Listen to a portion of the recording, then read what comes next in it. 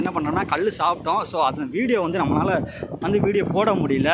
சாப்பிட்டோம். நானும் என்னோடய ஃப்ரெண்டு என்ன பண்ணுறோன்னா இப்போ வந்து அந்த தோப்பு வழியாக வந்து அந்த மெயின் ரோட்டுக்கு போயிட்டு இருக்கோம். பார்த்தீங்கன்னா தெரியும் உங்களுக்கு, அப்படியே இது நீங்களே இங்கே வரணும்னு ஆசைப்படுவீங்க, அந்தளவுக்கு இந்த லொக்கேஷன் இருக்கும். ஸோ இந்த இந்த இந்த ரோடு வந்து மாப்பிள்ளைக்கு வழி தெரியல, அதனால் நான் வழி காமிச்சேன். அவருக்கு வந்து போயிட்டுருக்காரு. பாருங்களேன், செம்ம அழகாக இருக்குது பார்த்தீங்களா. ஃபுல்லாகவும் இருக்குடா.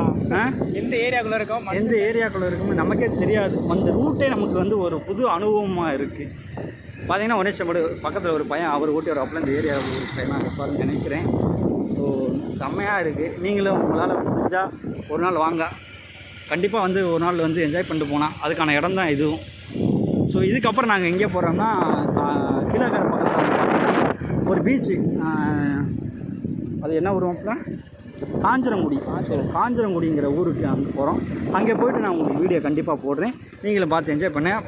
பட் பிடிச்சிருந்தா கமெண்ட் பண்ணுங்கள், லைக் பண்ணுங்கள், ஷேர் பண்ணுங்கள், சப்ஸ்கிரைப் பண்ணுங்கள். தேங்க்யூ.